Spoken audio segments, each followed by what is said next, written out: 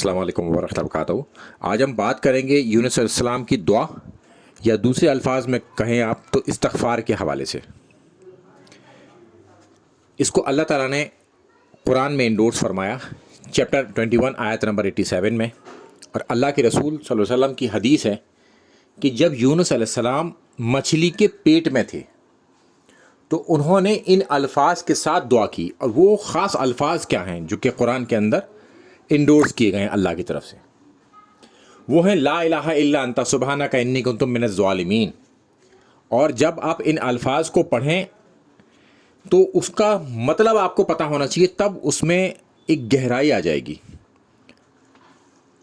تو اس کا جو ترجمہ ہے وہ یہ بنتا ہے، تیرے سوا کوئی معبود نہیں، یعنی کہ اللہ کی ہم بڑائی کر رہے ہیں کہ تیرے سوا کوئی معبود نہیں، تو پاک ہے، یعنی کہ تجھ سے کوئی غلطی نہیں ہو سکتی، بے شک میں ظالموں میں سے تھا، یعنی کہ مجھ سے غلطی ہو سکتی ہے۔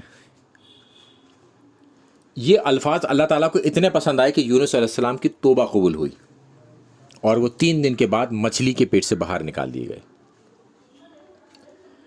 پھر اللہ کے رسول صلی اللہ علیہ وسلم نے بتایا کہ اگر کوئی مسلمان شخص کسی معاملے میں ان الفاظ کے ساتھ دعا کرے تو اس کی دعا قبول کی جاتی ہے۔ تو لہٰذا جب بھی ہم کوئی دعا کرنا چاہیں اللہ کے حضور تو پہلے ان الفاظ کو استعمال کریں اور پھر اپنی دعا مانگیں، انشاءاللہ ہماری دعا قبول ہوگی۔ السلام علیکم ورحمۃ اللہ وبرکاتہ۔